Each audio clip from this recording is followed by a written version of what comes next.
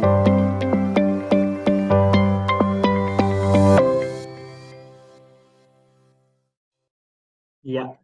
selamat pagi Bapak Ibu peserta webinar, pembicara, dan seluruh panitia yang bertugas. Saya ucapkan selamat datang pada webinar hari ini yang dipersembahkan oleh kolega HR dengan tema tips cara mengoptimalkan kinerja dengan membangun relasi positif di lingkungan kerja. Nah, Bapak Ibu, dalam era dinamis bisnis saat ini, mengoptimalkan kinerja sebuah perusahaan tak lagi hanya menjadi tanggung jawab satu divisi saja, melainkan terjadi karena hasil sinergi yang efektif antara HR dan karyawan. Membangun relasi positif di lingkungan kerja bukan hanya sekedar strategi tambahan, melainkan kebutuhan yang sangat esensial untuk menunjang kesuksesan dalam sebuah perusahaan tentunya. Sebuah tim yang berinteraksi dengan baik, berkomunikasi secara efektif, dan mendukung satu sama lain memiliki kecenderungan tim yang lebih produktif, inovatif, dan berdaya saing. Ketika rekan kerja merasa dihargai dan didukung, tentunya atmosfer kerja akan lebih positif dan mereka akan merasa nyaman tentunya untuk berbagi ide, mengatasi masalah atau konflik dengan solusi yang konstruktif dan juga pegawai dapat merasa lebih termotivasi untuk memberikan yang terbaik kepada perusahaan. Relasi yang positif di lingkungan kerja menciptakan fondasi yang kokoh untuk kolaborasi yang sukses tentunya. Meningkatkan produktivitas dan mengurangi tingkat stres di tempat kerja juga merupakan efek dari terjadinya relasi yang positif di lingkungan pekerjaan. Nah, Bapak Ibu, dalam webinar kali ini kita akan membahas lebih dalam bagaimana strategi praktis dalam membangun relasi yang positif di lingkungan kerja. Bagaimana juga cara mengoptimalkan kinerja tim melalui komunikasi yang efektif, membangun rasa saling percaya, dan memecahkan masalah dengan pendekatan yang konstruktif. Nah, semua hal itu akan kita kupas tuntas lebih dalam pada webinar di hari ini. Nah, Bapak Ibu, pada webinar hari ini kami dari PT Bima Sakti Altera telah menyiapkan dua pembicara hebat yang sudah berkompeten pada bidangnya. Nah, untuk pembicara yang pertama ada Ibu Putu Novia Arya Putri. Nah, beliau merupakan seorang akademi konsultan dari PT Bima Sakti Altera. Dan yang kedua adalah Ibu Nimade Ayu, maaf saya ulangi, Ibu Nimade Ayu Suni Yulianti. Nah, beliau merupakan seorang kepala bagian SDM dari BPR Kanti. Nah, setelah saya perkenalkan Bapak Ibu untuk kedua pembicara kita pada hari ini, tidak lengkap rasanya jika uh, kedua pembicara kita tidak menyampaikan kata sambutan singkatnya. Nah, untuk yang pertama saya akan persilahkan dari Ibu Novia untuk dapat menyampaikan sambutan singkatnya. Untuk waktu dan tempat saya persilakan Ibu Novia. Baik, selamat pagi, Bapak Jordan. Sebelumnya terima kasih atas pembukaannya. Apa kabarnya nih Pak Jordan hari ini? Ya, saya baik. Oke, ya baik. Selamat pagi semuanya, Bapak dan Ibu. Semoga senantiasa dalam keadaan yang sehat. Perkenalkan, nama saya Putu Novia Arya Putri. Saya biasa dipanggil dengan Via. Saya merupakan akademi konsultan di PT Bima Sakti Altera. Selain itu, saya juga berprofesi sebagai seorang psikolog di salah satu rumah sakit di Bali. Gitu.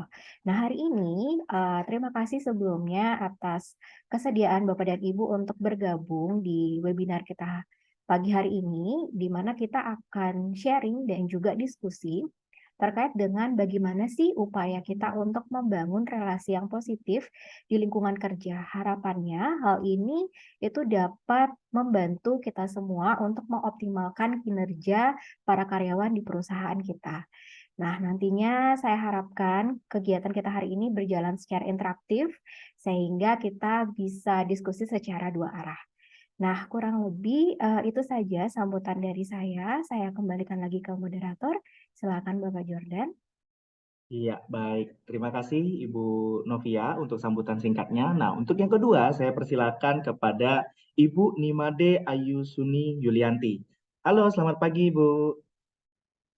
Selamat pagi, Mas Jordan. Iya, silakan Ibu untuk sambutan singkatnya. Ya, terima kasih, Mas Jordan. Bapak Ibu peserta webinar kali ini, selamat siang.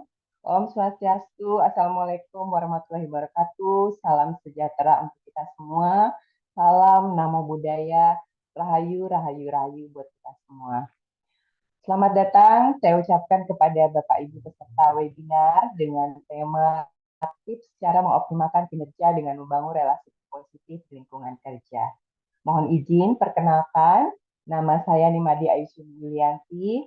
Saya biasa dipanggil dengan Suni dan saat ini saya bekerja di PT BPR Sukawati Pancakanti yang lebih dikenal dengan nama BPR Kanti. Saya saat ini menjabat sebagai Kepala Sumber Daya Manusia di BPR Kanti. Saya mulai memasuki dunia perbankan itu sejak tahun 2002 dan saya memulai karir saya pada Bank Buana Indonesia yang saat ini bernama Bank BOB. Kemudian melanjutkan di Bank Danamon Indonesia dari tahun 2005 hingga 2017. Di tahun 2017 saya pensiun dini dari Bank Danamon dan kemudian saya mulai merambah masuk ke BPR yang ada di Denpasar. Dan saat ini, sementara saya dipercaya sebagai Kepala Bagian SDM di PT BPR Sukawati Pancakanti. Bapak Ibu peserta webinar semuanya, besar harapan diskusi dan nantinya akan sharing-sharing terkait bagaimana mengoptimalkan kinerja karyawan dengan membangun relasi yang positif di lingkungan kerja. Dan mungkin nanti kita di lingkungan kerja Bapak Ibu semuanya yang terkait dengan SDM. Besar harapan saya juga webinar ini bermanfaat untuk kita semua. Baik Bapak Ibu, demikian perkenalan dan sambutan singkat dari saya. Waktu saya kembalikan ke Mas Jordan. Terima kasih. Iya, terima kasih Bu Suni untuk sambutannya. Nah, untuk yang berikutnya, Bapak Ibu, saya yakin kita semua sudah tidak sabar sebenarnya untuk langsung kepada inti dari webinar di hari ini ya, langsung ke materi. Nah, namun sebelum kita masuk ke materi, Bapak Ibu, izinkan saya untuk menyampaikan beberapa arahan demi kenyamanan dan optimalnya webinar ini dapat berjalan. Nah, untuk yang pertama, disampaikan kepada seluruh peserta webinar agar dapat melakukan perubahan format nama di akun Zoom-nya dengan format nama Bapak Ibu strip nama instansi dari Bapak Ibu. Nah, untuk contohnya akan dikirimkan oleh tim panitia melalui kolom chat box ya, Bapak Ibu. Untuk yang berikutnya saya sampaikan selama webinar ini berlangsung. Mikrofon untuk para peserta akan kami nonaktifkan. Mikrofonnya aktif hanya pada moderator dan pembicara saja. Nah, ketika saat materi, jikalau peserta memiliki tanggapan ataupun pertanyaan, dapat mengirimkan pertanyaan ataupun tanggapannya melalui kolom chat box ya. Nah, untuk yang berikutnya, pada webinar ini kami juga menyediakan sesi Q&A atau tanya jawab yang nantinya kita akan menggunakan dua metode. Yang pertama, kita akan menggunakan metode raise hand atau angkat tangan, lalu peserta dapat menyampaikan pertanyaannya langsung kepada pembicara. Untuk yang kedua, Bapak Ibu peserta dapat memberikan pertanyaannya atau menyampaikan pertanyaannya melalui kolom chat box ya. Baik, untuk yang berikutnya, pada webinar hari ini kami menyediakan e-sertifikat yang akan kita berikan kepada peserta yang hadir. Nah, untuk peserta yang hadir diwajibkan untuk melakukan absensi. Untuk kita juga dapat mendata siapa saja peserta yang akan kita kirimkan e-sertifikatnya. Nah, pada bagian absensi ini dapat diisi melalui pengisian feedback form Bapak Ibu. Nah, jadi nanti tim dari panitia akan mengirimkan link feedback form di pertengahan webinar dan juga di akhir dari webinar. Nah, jadi jangan lupa ya Bapak Ibu diisi feedback formnya karena feedback form tersebut menjadi media absensi agar Bapak Ibu yang hadir pada webinar hari ini bisa mendapatkan e-sertifikatnya. Baik, untuk yang berikutnya, demikian Bapak Ibu arahan yang dapat saya sampaikan. Semoga kita semua dapat mengikuti arahan tersebut demi optimal dan lancarnya webinar pada hari ini. Baik, tanpa menunggu lebih lama lagi, kita akan masuk kepada materi yang pertama. Nah, materi yang pertama akan disampaikan oleh Ibu Novia Nah, beliau akan menyampaikan materi tentang membangun relasi positif di lingkungan kerja. Untuk waktu dan tempat, saya persilakan Ibu Novia.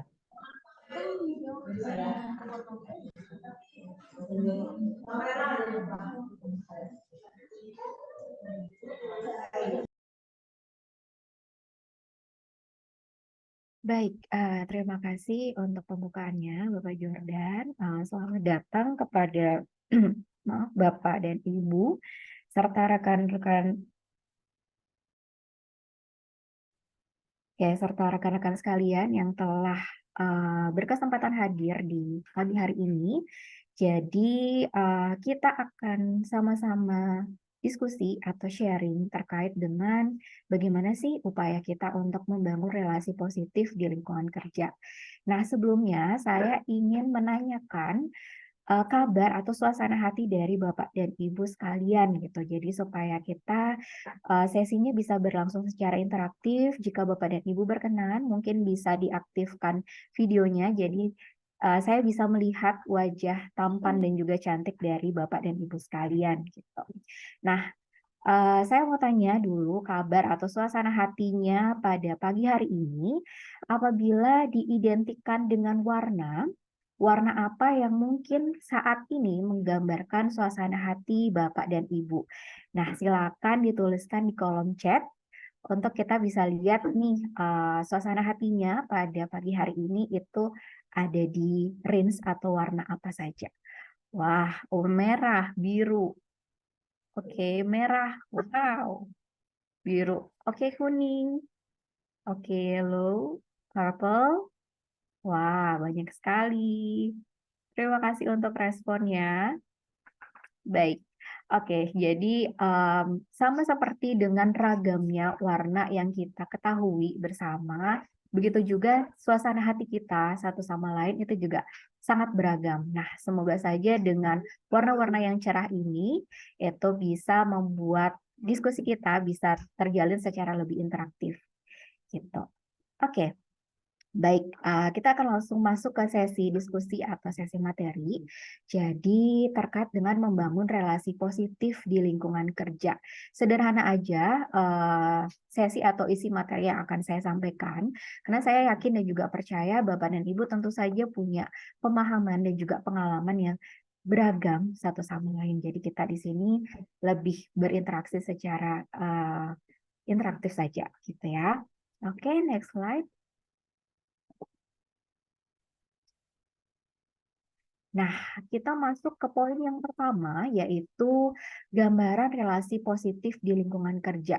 Tentu saja Bapak dan Ibu telah memiliki pandangan atau persepsinya masing-masing terkait dengan pengalamannya di lingkungan kerja. Bagaimana sih relasi yang positif di lingkungan kerja itu menurut Bapak dan Ibu?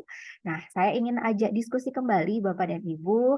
Silakan coba tolong kutuliskan di kolom chat apa sih persepsi atau gambaran relasi yang positif di lingkungan kerja menurut pandangan dari Bapak dan Ibu? Itu seperti apa sih relasi positif di lingkungan kerja? Mungkin bisa saling membantu dan juga hormat. Terima kasih Bapak Ian responnya. Yang lain, ada komunikasi yang baik dan juga teamwork, saling menyemangati. Wah, iya.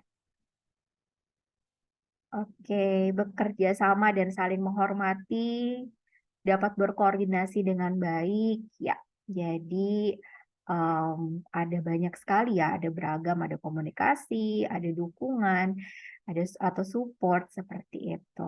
Nah, jadi semua yang Bapak dan Ibu sampaikan di kolom chat ini itu adalah benar, di mana relasi yang positif di lingkungan kerja itu sangat beragam persepsi dan juga pandangannya satu sama lain. Yang mana memang harapannya itu akan mendukung optimalisasi kinerja daripada karyawan kita di perusahaan. Gitu. Next slide. Nah, jadi secara teoretikal itu ada yang namanya elemen relasi kerja yang positif yang dibagi menjadi 4 poin, di mana 4 poin ini saling berinteraksi atau berkaitan satu sama lain. Poin yang pertama itu adalah kepercayaan, itu mencakup bagaimana sih kita atau karyawan itu memiliki kemampuan untuk mempercayai dan juga merasa dipercaya dengan rekan kerjanya.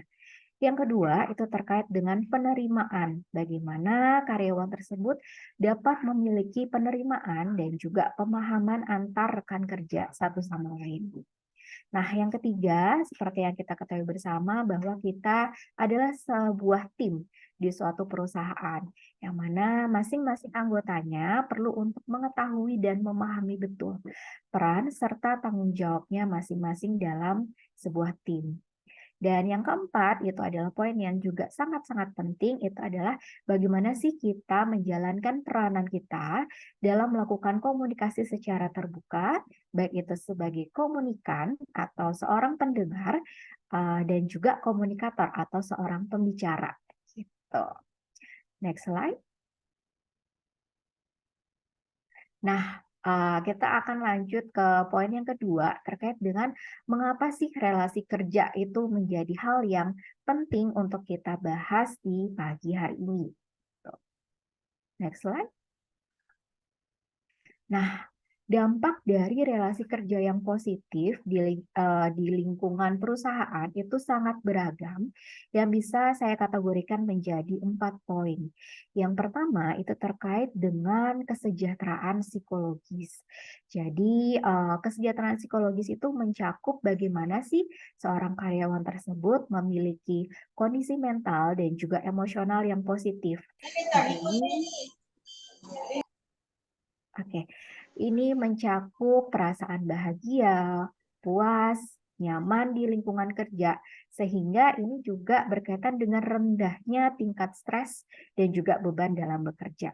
Poin yang kedua itu adalah peningkatan produktivitas. Jadi bagaimana karyawan tersebut mampu untuk fokus pada pekerjaan, dapat menghindari gangguan, serta dapat bekerja secara lebih efisien dan juga optimal. Dan yang ketiga itu adalah peningkatan integritas dan juga loyalitas. Ini merupakan poin yang penting untuk dimiliki oleh setiap karyawan dalam suatu perusahaan, di mana harapannya setiap karyawan tersebut memiliki sisi jujur, disiplin, bertanggung jawab, setia, berkontribusi secara berkelanjutan terhadap perusahaan. Dan yang terakhir, apabila karyawan tersebut telah memiliki kesejahteraan, kemudian mempengaruhi peningkatan produktivitas, integritas, dan juga loyalitasnya, tentu saja secara sistem, yaitu budaya organisasi juga akan terbentuk dengan sehat, gitu, kondusif ya. Jadi budaya organisasi itu seperti yang kita ketahui bersama adalah nilai-nilai baik itu yang sifatnya formal maupun informal yang dianut dalam suatu organisasi, baik itu terkait dengan pimpinan ataupun anggota organisasinya. Sehingga dengan adanya budaya organisasi yang sehat, maka harapannya kita semua dapat menghadapi tantangan yang sifatnya internal maupun eksternal dari organisasi ataupun perusahaan kita. Next slide. Nah, namun realitanya tentu saja ada yang namanya tantangan atau challenge yang kita seringkali hadapi dalam upaya untuk membangun relasi kerja yang positif. Nah, bisa dikelompokkan menjadi 2 aspek atau 2 sisi, yaitu yang sifatnya internal dan juga yang sifatnya eksternal. Nah, dalam hal ini yang sifatnya internal itu adalah karakteristik personal yang kita ketahui bersama, kita sebagai seorang individu itu merupakan makhluk yang unik. Kita terdiri dari background atau latar belakang yang berbeda-beda satu sama lain. Di mana ini tentu saja mempengaruhi bagaimana sih persepsi kita, kemampuan kita, dan keterampilan kita di lingkungan kerja. Nah, tentu saja ini juga berkaitan dengan kepribadian kita, karakteristik secara psikologis sehingga mempengaruhi daya juang, kemampuan belajar, serta motivasi kita yang berkaitan dengan pekerjaan kita sehari-hari di perusahaan. Yang kedua itu adalah aspek eksternal yang tercakup dalam sistem di perusahaan. Kita tentu menyadari bahwa aspek eksternal ini juga tidak kalah penting mempengaruhi bagaimana sih pembentukan relasi kerja yang positif di perusahaan. Nah, sistem ini dapat mencakup bagaimana sistem di manajemen, kemudian juga komunikasi, kemudian juga SDM, dan yang tidak kalah penting juga terkait dengan evaluasi kinerja yang menjadi tugas dari para HR kita di divisi di perusahaan. Gitu. Next slide. Nah, itu tadi kurang lebih gambaran terkait dengan harapan kita semua. Tentunya ingin sekali dapat membangun atau menciptakan lingkungan kerja yang positif di perusahaan kita satu sama lain. Namun seringkali realitanya itu tidak sesuai dengan harapan kita. Nah, ada beberapa fenomena yang kerap sekali terjadi di lapangan yang mungkin hal-hal ini berkaitan dengan adanya kendala, ataupun konflik dan juga masalah di lingkungan kerja. Nah, kita punya harapan bahwa di perusahaan tempat kita bekerja itu memiliki relasi kerja yang positif. Namun seringkali adanya permasalahan ataupun konflik yang mempengaruhi relasi kerja tersebut menjadi tidak sehat atau cenderung negatif. Nah, saya ingin aja interaksi lagi Bapak dan Ibu, kira-kira fenomena di lapangan ataupun di perusahaan mungkin Bapak dan Ibu, seperti apa sih relasi yang terjalin baik itu antar rekan kerja ataupun antar divisi maupun juga dengan atasan atau pimpinan. Itu realitanya seperti apa sih relasi yang terjalin di lapangannya. Oke, mungkin bisa di-share di kolom chat. Silahkan Bapak dan Ibu. Atau mungkin karena di sini sudah ada pembicara kita yang kedua, Ibu Suni, mungkin bisa sedikit sharing istilahnya realitanya kendala atau mungkin masalah apa saja sih yang kerap sekali terjadi mungkin di perusahaan atau di tempat kerja Ibu dan juga terkait dengan di kantor Ibu terkait dengan relasi positif relasinya seperti apa gitu. Oke, ini ada satu respon dari Ibu atau Bapak Windy terkait dengan kurangnya komunikasi antar divisi. Ya, tepat sekali ya Pak. Jangankan antar divisi ya. Jadi dengan di divisi yang sama aja kita terkadang itu ada miskomunikasi gitu ya. Oke, saya undang Ibu Suni. Apakah ada berkenan sharing? Ya. Baik, Mbak Halo. Bu Novia. Halo, terima kasih Bu Novia. Ya, mungkin Bapak Ibu di sini kita sharing-sharing aja ya. Memang kita selalu berekspektasi bahwa menjalin relasi yang positif di lingkungan kerja. Tapi memang pada kenyataannya yang kita hadapi itu seringkali yang sering terjadi itu biasanya miskomunikasi itu, Mbak Novia. Jadi miskomunikasi. Jadi saya melihat bahwa sebenarnya komunikasi antar teman sekerja ataupun dengan bagian lain itu memang adalah hal yang paling utama. Dalam hal cara kita berkomunikasi pun itu juga menjadi hal yang sangat penting. Ada tipe seorang pemimpin ataupun tipe dan karakter orang ya yang artinya memberikan perintah atau apa mungkin dengan cara yang uh, tidak tidak sreg ya, artinya tidak enak bahasanya. Itu juga akan menimbulkan komunikasi yang tidak baik, artinya menimbulkan relasi yang ke arah negatif jadinya. Nah, jadi kalau menurut saya banyak praktek di lapangan itu yang saya amati bahwa komunikasi itu adalah hal yang paling penting. Misalnya saja nih, kalau contoh yang kami sering lakukan di sini kepada teman-teman di bawah ya, seperti kepada office boy atau office girl. Nah, dalam memberikan perintah kepada mereka. Nah, mereka ini kalangan yang di bawah. Jadi kepada mereka itu harus pendekatannya itu berbeda gitu, tidak main perintah aja mentang-mentang kita seorang atasan. Nah, terkadang mereka juga ada satu bentrokan dalam hati mereka, ah udah deh, gue nggak mau dengerin gitu, atau nggak mau jalanin. Tapi kalau kita tas mereka dengan hati, kita kasih tahu mereka baik-baik, mereka itu pasti akan support dan bantu kita. Jadi itulah seringkali saya melihat bahwa komunikasi ini yang paling penting dengan rekan kerja, dengan antar divisi. Jadi supaya nggak ada gontok-gontokan dalam hal apapun di operasional. Itu sih Mbak Novia. Baik, terima kasih untuk responnya dan juga sharingnya ya Ibu Suni. Jadi permasalahan komunikasi ini adalah permasalahan yang umum sekali kita hadapi bersama gitu ya. Karena kita sebagai makhluk sosial tentu kita akan berinteraksi satu sama lain dengan rekan kerja, atasan ataupun bawahan kita. Nah, di kolom chat juga ternyata punya gambaran atau pengalaman yang serupa nih dengan Ibu Suni. Nah, kurang lebih juga ada yang terkait dengan miskomunikasi dari Bapak Bayu, kemudian dari Ibu Prita itu juga terkait dengan adanya, rekan kerja yang cenderung melaporkan sehingga tidak ada kepercayaan. Ya, ini terkait dengan trust ya. Tadi bagaimana sih kita bisa mempercayai, bisa untuk memahami satu sama lain, itu sebenarnya kan kebutuhan dari setiap individu, setiap manusia itu punya kebutuhan untuk bisa dipahami, bisa diterima, bisa diakui dalam suatu anggota kelompok, tapi seringkali fenomena ataupun kenyataannya tidak sesuai. Nah, ada juga terkait dengan ada yang kurang profesional di lapangan nih sehingga tanggung jawab terhadap pekerjaannya itu juga tidak efektif gitu. Nah, ini kurang lebih ada gambaran yang memang seringkali kita temui di lingkungan kerja atau di perusahaan satu sama lain, fenomenanya tidak sesuai dengan apa yang kita harapkan satu sama lain gitu ya. Oke, next slide. Terima kasih untuk sharing-nya. Nah, seperti yang tadi sudah kita diskusikan di kolom chat dan juga dari Ibu Suni, memang konflik ataupun permasalahan di lingkungan kerja itu sangat beragam.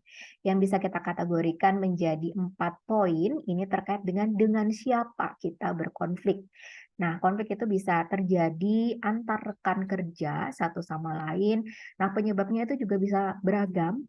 Ada yang terkait dengan perselisihan pribadi, perbedaan pandangan, kemudian juga adanya sisi kompetitor atau kompetisi satu sama lain. Gitu. Nah, kemudian poin yang kedua itu adalah terkait antara atasan dan juga bawahan. Nah, ini bisa mencakup ketidaksetujuan antara arahan dan juga ekspektasi ataupun tuntutan dari atasan. Atasan maunya apa, kemudian di lapangan kinerja dari bawahannya itu seperti apa, itu kadang tidak sesuai. Kemudian ada kurangnya komunikasi, nah sama seperti yang tadi di-mention oleh Ibu Suni, itu juga rentan sekali terjadi dan ini juga menyebabkan adanya perasaan tidak dihargai atau adanya salah paham oleh atasan terhadap bawahannya. Kemudian poin yang ketiga itu adalah antar departemen atau yang tadi sempat di-mention di kolom chat itu antar divisi itu juga rentan sekali berkonflik terutama divisi-divisi yang seringkali berinteraksi satu sama lain demi tujuan perusahaan bersama. Nah, ini berkaitan dengan adanya persaingan antar divisi, perbedaan tujuan dan juga prioritas, kemudian juga adanya kesalahpahaman. Lanjutkan ya, Bapak dan Ibu. Nah, kita lanjut ke poin yang keempat, itu terkait dengan konflik antara karyawan dengan manajemen. Nah, ini juga rentan sekali terjadi. Ini terkait dengan kebijakan, kemudian peraturan yang diberlakukan di suatu perusahaan. Nah, ada juga perasaan tidak adil atau diperlakukan semena-mena yang mungkin dialami atau dirasakan oleh para karyawan.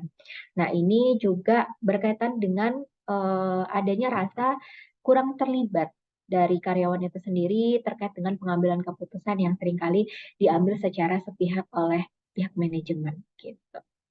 Next slide. Nah, penyebab konflik itu tadi sudah saya kategorikan berdasarkan dengan siapa kita berkonflik, tapi secara spesifik itu juga bisa dikategorikan secara internal dan juga eksternal. Nah, terkait dengan internal itu adalah hal-hal yang berkaitan dengan personal ataupun pribadi dari karyawan itu sendiri. Ada banyak sekali yang merupakan penyebab konflik yang sifatnya itu internal dari karyawan. Nah, ini ada beberapa poin yang bisa saya ulas secara singkat. Yang pertama terkait dengan nilai dan juga keyakinan. Jadi setiap individu atau karyawan tentu saja punya background atau latar belakang yang beda-beda, baik itu pendidikan atau latar belakang pekerjaan sebelumnya. Itu juga akan mempengaruhi nilai dan juga keyakinan dari masing-masing individu. Ada perasaan juga tidak puas terhadap kinerja dari diri sendiri juga ataupun dengan kinerja dari karyawan lainnya, terutama yang satu tim atau mungkin beda tim atau divisi. Nah, ada juga terkait dengan persaingan. Jadi kita tidak bisa memungkiri ya, ada beberapa tipe individu yang punya jiwa daya saing yang tinggi atau kompetitor. Jadi ini juga kadang membuat seseorang itu bersikap atau berperilaku tidak sehat antar satu sama lain untuk tujuan personalnya atau tujuan pribadinya. Nah, poin yang keempat ini yang paling sering sekali terjadi terkait dengan kemampuan komunikasi yang buruk, mungkin kurang mampu untuk menyampaikan informasi atau pesan yang dimaksud, serta juga kurang mampu untuk mendengarkan secara positif atau secara searah atau dua arah seperti itu. Kemudian ada terkait dengan gaya kerja, itu setiap orang punya tipe ataupun gayanya masing-masing, itu juga rentan untuk mengalami crash ataupun konflik di lingkungan kerja. Nah, ada juga nih masalah pribadi. Kadang-kadang ada beberapa karyawan yang kurang mampu memisahkan antara permasalahan yang sifatnya personal atau punya masalah keluarga nih, tapi kebawa ke lingkungan kerja sehingga jadi sensitif, kemudian misalnya jadi canggung satu sama lain. Nah, itu juga rentan sekali menyebabkan konflik di lingkungan kerja. Nah, ada juga kita kurang peka atau kurang empati dengan kebutuhan dari karyawan satu sama lain, itu juga ternyata bisa loh menyebabkan konflik. Nah, seperti yang kita ketahui bersama juga, setiap perusahaan itu tentunya punya tujuan dan juga prioritasnya. Nah, seringkali yang menjadi konflik atau masalah adalah apabila internal ataupun karyawannya itu kurang memahami tujuan dan prioritas dari suatu perusahaan yang ingin dicapai. Sehingga perbedaan ini menyebabkan bagaimana karyawan tersebut bekerja itu menjadi tidak inline dengan tujuan ataupun prioritas dari perusahaan. Dan yang terakhir tentu saja ketika karyawan tersebut tidak paham tentang tujuan dan juga prioritasnya, jadi mereka juga nggak paham bagaimana sih peran dan juga tanggung jawab serta batasan dalam bekerja. Gitu. Next slide. Nah, selain faktor internal, itu juga ada faktor eksternal dari karyawan. Hal ini mungkin berkaitan dengan sistem ataupun hal-hal yang ada di perusahaan atau yang sifatnya adalah lingkungan sekitar. Nah, mungkin ada permasalahan atau kendala terkait dengan interaksi antara pelanggan dan atau terkait dengan pelanggan atau klien. Mungkin saja kita sebagai badan usaha atau perusahaan itu ada yang berkaitan dengan klien atau sifatnya adalah pihak eksternal, itu juga rentan menjadi penyebab konflik. Kemudian konflik antar rekan kerja itu juga bisa sangat-sangat mungkin terjadi. Nah, perasaan nggak puas atau tidak nyaman dengan manajemen ataupun kebijakan perusahaan itu juga bisa menyebabkan konflik. Misalnya jadi mulai malas-malesan kerja, sering absensi, atau sering terlambat. Nah, itu bentuk-bentuk ketidakpuasan biasanya bagi karyawan terhadap perusahaannya gitu. Nah, kemudian ada tekanan dari pihak eksternal yang seringkali menyebabkan karyawan tersebut menjadi beban dalam menjalani aktivitasnya sehari-hari. Dan yang terakhir itu adalah perubahan dalam lingkungan bisnis eksternal. Nah, ini fenomenanya yang seperti kita alami kemarin, yaitu terkait dengan COVID-19, tentu saja itu adalah fenomena yang menjadi mendunia sehingga kita semua menjadi perlu untuk mengalami perubahan serta adaptasi dengan lingkungan kerja yang baru. So, next slide. Nah, dampak dari konflik lingkungan kerja itu apa saja sih? Nah, ini sebenarnya berbanding terbalik ya, Bapak dan Ibu, dengan dampak dari relasi positif di lingkungan kerja. Nah, ada 4 poin juga yang bisa saya singgung di sini, itu terkait dengan kesejahteraan psikologis menjadi terganggu. Nah, itu seperti apa? Jadi, karyawan mulai mengalami stres, kemudian juga merasa beban di lingkungan kerja. Nah, ini tentu saja stres berkepanjangan itu akan berdampak buruk terhadap kondisi kesehatan mentalnya. Nah, secara spesifik, beberapa permasalahan atau gangguan yang sering sekali terjadi itu adalah terkait dengan kecemasan dan juga depresi. Nah, itu juga rentan sekali dialami oleh para karyawan yang sering mengalami konflik di lingkungan kerja. Nah, ketika karyawan tersebut mengalami kondisi psikologis yang terganggu, tentu saja mereka akan merasa tegang, tidak nyaman, dan juga tidak berdaya di lingkungan kerjanya. Nah, hal ini inline atau berkaitan dengan poin yang kedua, itu mempengaruhi penurunan produktivitasnya.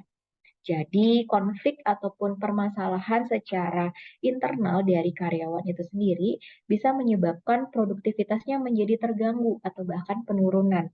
Jadi karyawan tersebut mereka merasa susah untuk fokus atau sulit fokus pada tugas-tugas mereka, sehingga itu akan mempengaruhi penurunan daripada kinerja dan juga performanya. Nah, selain terkait dengan penurunan produktivitas, tentu saja ini juga berkaitan dengan integritas dan juga loyalitas. Nah, ketika seorang karyawan atau antar karyawan tersebut rentan untuk mengalami konflik, maka integritas dan juga loyalitasnya akan menurun. Seperti apa? Misalnya ada perasaan tidak dihargai, kemudian merasa tidak didukung, tidak puas di lingkungan kerja. Ini juga akan mengalami penurunan motivasi dan keinginan untuk tetap setia ataupun bekerja di perusahaan tersebut. Nah, apabila seseorang itu mengalami gangguan kesejahteraan psikologis, kemudian mengalami penurunan produktivitas, hingga mempengaruhi integritas dan juga loyalitasnya, tentu saja ini akan berdampak secara global bagi perusahaan itu sendiri. Budaya organisasinya akan mulai mengalami kondisi yang memburuk. Nah, jadi nilai-nilai atau pedoman yang awalnya dijunjung tinggi oleh karyawan ataupun anggota organisasi menjadi hanya sekedar aturan saja. Jadi tidak lagi menjadi apa yang diindahkan ataupun dijalani oleh karyawan itu sendiri. Nilai-nilai ataupun norma-norma menjadi tidak sejalan dengan budaya ataupun aturan yang diterapkan oleh suatu perusahaan. Mulai sering terjadinya pelanggaran, kemudian mulai sering terjadinya hal-hal yang tidak diinginkan di lingkungan kerja. Tuh. Next slide. Nah, kita akan langsung masuk ke sesi untuk mengetahui apa saja sih upaya untuk membangun relasi positif di lingkungan kerja.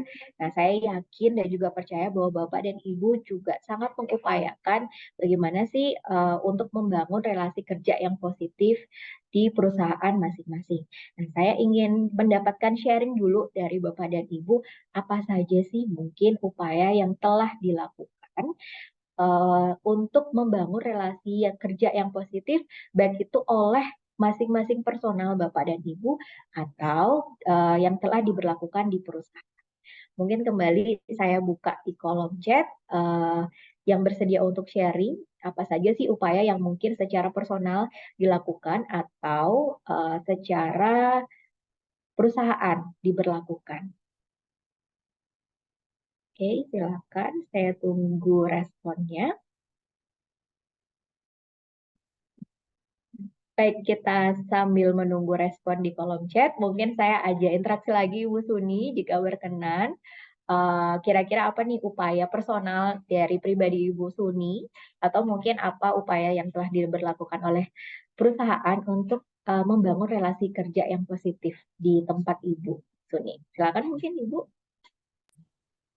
Baik, Mbak Novia, terima kasih kesempatannya. Bapak Ibu sekedar sharing-sharing aja kalau di tempat kami strategi membangun relasi kerja yang positif di sini kami biasa setiap bulan itu ada yang namanya rapat umum ya Bapak Ibu. Jadi rapat umum itu dihadiri oleh seluruh karyawan dari 10 kantor cabang kami. Nah, dalam rapat itu kami juga artinya melakukan interaksi. Jadi di sana kita segala permasalahan artinya dari teman-teman di level bawah sampai level pimpinan, itu kami ajak untuk berdiskusi bersama-sama. Dan memang sifatnya lebih kepada dua arah. Jadi membangun hal-hal yang positif sekiranya mungkin ada sharing-sharing atau ada keluhan dari teman-teman di bawah. Nah, itu kita diskusikan dalam rapat umum itu. Kami organisasikan artinya misalnya per kantor kas atau per kantor cabang dulu masalahnya apa saja. Nah, kita selesaikan bersama-sama dan di sana tidak ada istilahnya saling berpikir negatif antara sesama rekan kerja. Kemudian selain dengan mengadakan rapat umum, kami juga membangun relasi positif itu dengan komunikasi lewat grup ya, Bapak Ibu. Jadi apapun masalah ataupun terkait dengan hal-hal yang perlu diketahui bersama oleh teman-teman sekerja terkait dengan mungkin peraturan, mungkin terkait dengan SK ataupun hal-hal penting yang perlu kami sampaikan, kami punya grup. Jadi di sana kita lebih intens itu dengan teman-teman sekerja itu kita sharing-sharing di sana. Nah, komunikasi ini pun akhirnya terjalin positif. Apapun keluhannya, apapun masalahnya, kita cari solusi bersama-sama. Nah, kemudian selanjutnya kami juga memperhatikan kesejahteraan karyawan. Nah, agar apa? Jadi ketika teman-teman sudah sejahtera di level semua level, itu hubungan yang positif antar karyawan akan terbangun jadinya. Misalnya dengan pemberian insentif kepada teman-teman di marketing, itu juga salah satu program kami, memberikan reimburse bensin yang seperti itu. Jadi tidak ada lagi saling, artinya oh itu dia di bagian dalam ternyata gajinya lebih besar, padahal kami di luar kami harus keliling, kami butuh uang bensin dan lain sebagainya. Jadi kami berusaha menyetarakan kesejahteraan di lingkungan teman-teman semuanya. Jadi tidak ada saling iri ataupun ada kecemburuan sosial di antara teman-teman. Jadi perbagian itu sudah masing-masing tahu bahwa kamu ditempatkan di bagian itu pasti ada resikonya, pasti juga akan ada konsekuensinya. Antara kompensasi dan pekerjaan itu memang berkorelasi positif. Ya, mungkin itu ya Mbak Novia. Selain kami juga menciptakan budaya yang sehat. Budaya kami di sini adalah setiap harinya, setiap pagi itu kami melakukan persembahyangan bersama. Jadi itu juga menimbulkan relasi yang positif dengan teman kerja. Kebetulan kantor kami punya tempat persembahyangan yang bisa muat sekitar 20 orang. Jadi pagi-pagi kami sudah melakukan aktivitas setelah morning briefing, itu kami melakukan persembahyangan bersama. Jadi di sana juga membangun sebuah relasi positif antar teman-teman. Kami juga merasa ada kedekatan emosional dengan teman-teman yang ada di sini. Seperti itu mungkin. Terima kasih Mbak Novi. Baik, terima kasih atas respon dan juga sharingnya ya Ibu Suni. Jadi secara sistem perusahaan Ibu sudah sangat kompleks untuk menerapkan relasi kerja yang positif, mulai dari membangun komunikasi, kemudian melibatkan karyawan, terus juga membuat kenyamanan dari karyawan terkait dengan kesejahteraan mereka, dan juga ada kegiatan-kegiatan rutin ya Bu ya yang diadakan itu juga jadi mengakrabkan, jadi membuat istilahnya perasaan nyaman satu sama lain, jadi saling kenal gitu ya Bu ya, nggak cuma satu divisi aja tapi bisa satu kantor mungkin karena sering ketemu kayak tadi ada sembahyangan bareng, itu jadi bisa saling kenal satu sama lain gitu ya Bu ya. Nah, Ya. sejalan dengan apa yang tadi disampaikan oleh Ibu Suni, ini di kolom chat ternyata terima kasih sekali para peserta Bapak dan Ibu sudah berkenan untuk sharing. Nah, ini juga keren-keren sekali ya, ternyata upaya yang telah diterapkan baik itu secara personal ataupun sistem di perusahaan. Nah, dari Ibu Risa itu ada membangun kepercayaan dan juga komunikasi sebagai fondasi. Ya, saya sepakat dan setuju sekali ya dengan Ibu Risa. Ini juga merupakan hal yang penting sekali kalau kita tidak mulai dari diri sendiri, bagaimana sistem di suatu perusahaan itu akan berjalan. Karena kan perusahaan itu terdiri dari berbagai orang ya, jadi kita mulailah dari internal kita masing-masing. Kemudian ini juga ada kegiatan-kegiatan yang sering diadakan di masing-masing perusahaan seperti makan-makan, kemudian juga ada briefing, kemudian memberikan motivasi, ada evaluasi, jadi kayak ada refreshment seperti itu ya mungkin Bapak dan Ibu. Ada healing bareng dengan keluarga, wah ini keren sekali ya kegiatannya. Jadi, nah juga yang tidak kalah penting adalah pemberian reward sama seperti tadi Bu Suni sampaikan ya. Jadi jangan sampai perusahaan itu hanya fokus pada kesalahan dari karyawan sehingga memberikan punishment ataupun hukuman, tapi kita juga perlu loh untuk memperhatikan apa sih pencapaian kinerja dari karyawan tersebut dengan memberikan reward atau insentif kepada karyawan. Nah, insentif ini sebenarnya tidak melulu soal nominal ataupun gaji ataupun uang ya, tapi juga dalam bentuk pujian itu juga merupakan hal yang dibutuhkan oleh karyawan. Gitu. Oke, terima kasih banyak untuk sharingnya para peserta, Bapak dan Ibu. Oke, selanjutnya mungkin saya lanjutkan untuk next slide. Nah, yang bisa saya rangkum sebenarnya ini secara lebih sederhana saja, itu mencakup apa yang juga tadi sudah sempat disampaikan oleh Ibu Suni dan juga para peserta, Bapak dan Ibu sekalian. Jadi saya membaginya menjadi 5 poin yang akan kita coba breakdown satu persatu. Nah, yang pertama, next slide. Itu adalah memperhatikan kesejahteraan karyawan. Inline dengan apa yang tadi Ibu Suni sampaikan, bagaimana kita memperhatikan kesejahteraan, baik itu fisik ataupun psikologis. Ini mencakup perasaan dihargai, didukung, dan juga merasa punya kualitas hidup yang baik. Sehingga karyawan tersebut bisa berkomitmen terhadap perusahaan dan berkontribusi secara lebih efektif. Nah, hal-hal yang bisa kita perhatikan di sini adalah kompensasi atau insentif yang bisa diberikan, kemudian menciptakan lingkungan yang aman, work-life balance ini keseimbangan antara bekerja dan juga hidup kita sehari-hari. Jadi jangan sampai kita hanya fokus pada pekerjaan saja sehingga melupakan kehidupan personal atau pribadi kita. Nah, kemudian ada terkait dengan upaya untuk mengembangkan karir dan juga yang terakhir adalah bagaimana memfasilitasi karyawan terkait dengan program-program kesehatan dan juga kesejahteraan. Next slide. Ya, poin yang kedua itu adalah mengembangkan kemampuan komunikasi yang efektif. Lagi-lagi poin komunikasi ini muncul sebagai upaya ataupun strateginya. Jadi, bagaimana sih kita sebagai seorang personal itu mampu berkomunikasi secara efektif? Itu akan memperkuat hubungan kita dengan orang lain sebagai kita yaitu makhluk sosial gitu. Jadi baik itu dalam konteks pribadi atau relasi kita dengan orang-orang pada umumnya maupun secara profesional kita di lingkungan kerja. Nah, hal-hal yang bisa kita perhatikan di sini adalah yang pertama itu adalah kemampuan berbicara. Kita sebagai komunikator, bagaimana cara kita menyampaikan pesan, tutur bahasa, kemudian juga gestur atau gaya gaya tubuh seperti itu juga perlu untuk diperhatikan.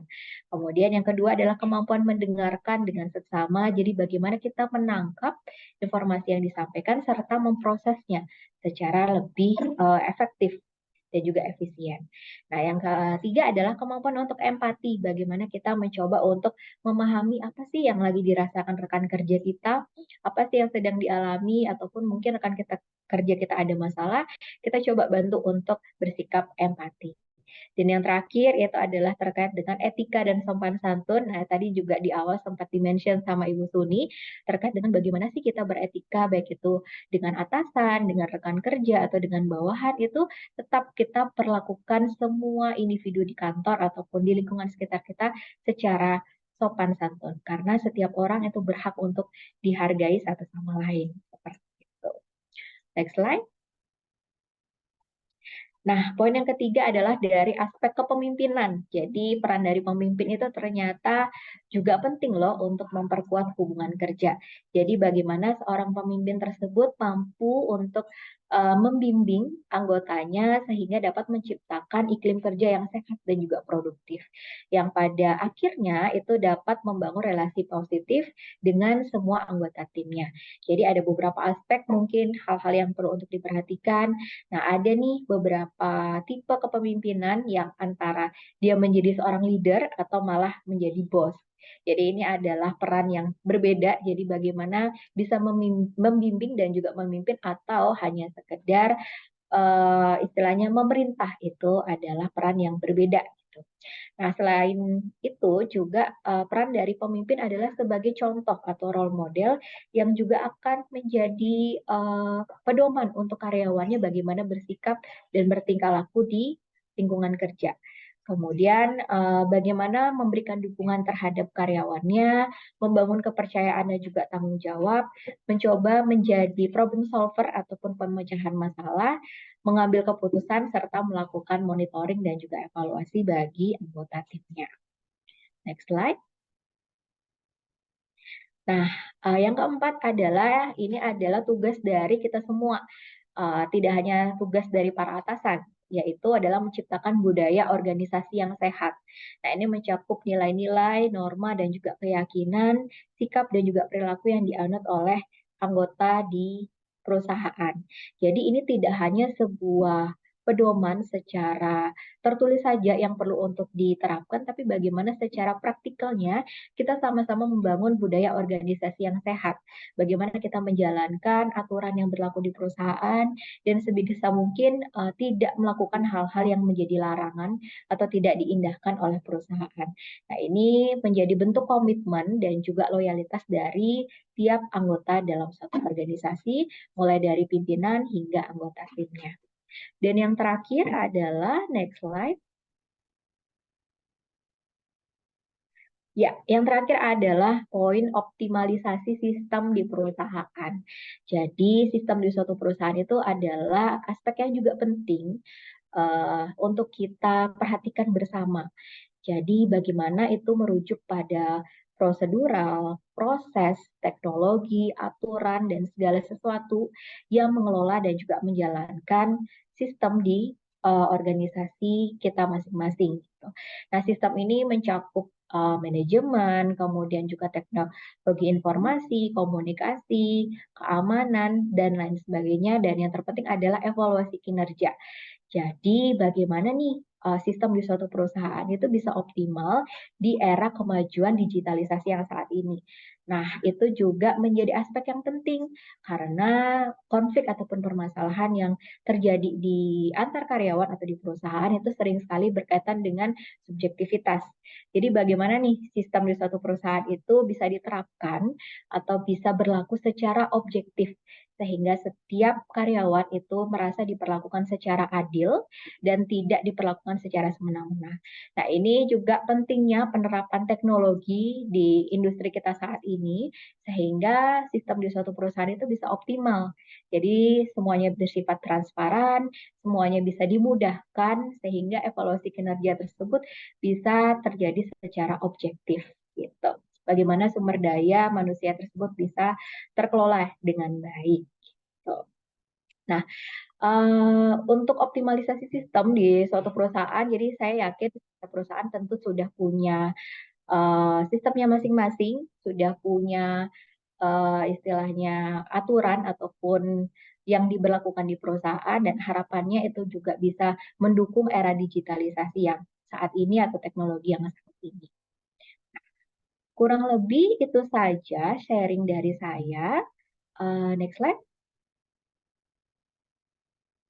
Oke, ya kurang lebih itu saja sharing dari saya. Terima kasih banyak untuk partisipasi Ibu Suni dan juga para Bapak dan Ibu peserta sekalian yang telah sangat interaktif di pagi hari ini. Untuk sesi selanjutnya saya berikan kepada Bapak Jordan, silakan. Iya, baik. Ya, baik. Terima kasih kepada Ibu Novia atas materi yang telah disampaikan ya tentang bagaimana cara mengoptimalkan atau membangun relasi di lingkungan kerja. Nah, sekali lagi saya ucapkan terima kasih Ibu Novia atas materinya. Nah, Bapak Ibu seperti yang sudah dijelaskan oleh Ibu Novia tadi, salah satu cara untuk mengoptimalkan kinerja adalah dengan pemanfaatan teknologi. Nah, berikut saya akan putarkan video bagaimana kolega HR dapat mengoptimalkan manajemen karyawan dalam sebuah perusahaan. Untuk video, silakan diputarkan.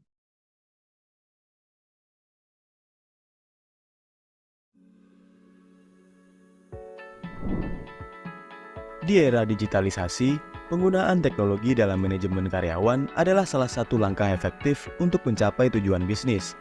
Selain dapat membuat pekerjaan Anda lebih mudah, cepat, dan lebih efisien, teknologi dapat menyajikan data komprehensif secara real-time dan objektif.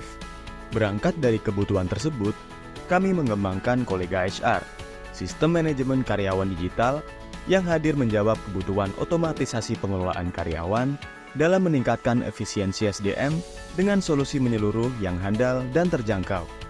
Dengan aplikasi mobile kolega HR, karyawan dapat mengakses jadwal kerja, mengajukan cuti, dan memperbarui informasi pribadi mereka dengan cepat, dimanapun dan kapanpun. Manajer dan HR dapat dengan mudah memonitoring kinerja karyawan, mengidentifikasi tren, dan membuat keputusan berbasis data menggunakan analitik canggih yang ada pada kolega HR dashboard. Hal tersebut membantu tim HR dalam proses pengambilan keputusan yang objektif dan sesuai dengan data. Tunggu apa lagi? Optimalkan proses manajemen karyawan Anda sekarang juga.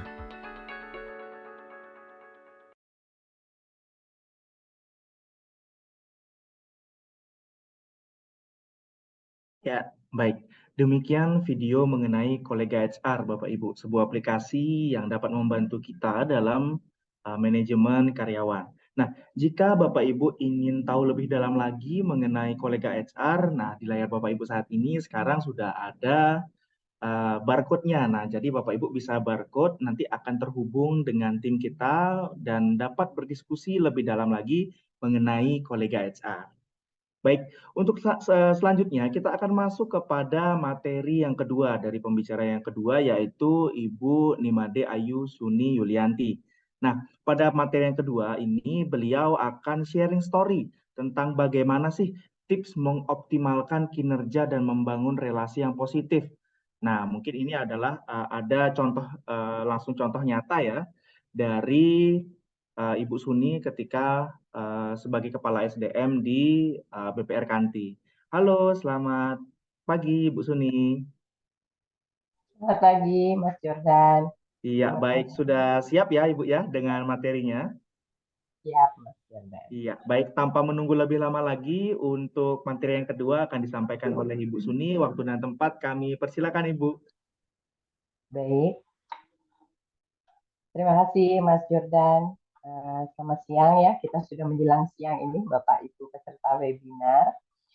Ini sebuah kesempatan yang sangat luar biasa. Jadi saya mendapatkan kepercayaan untuk bisa sharing dengan Bapak Ibu peserta webinar di sini terkait bagaimana sih mengoptimalkan kinerja ya dengan membangun relasi positif di lingkungan kerja.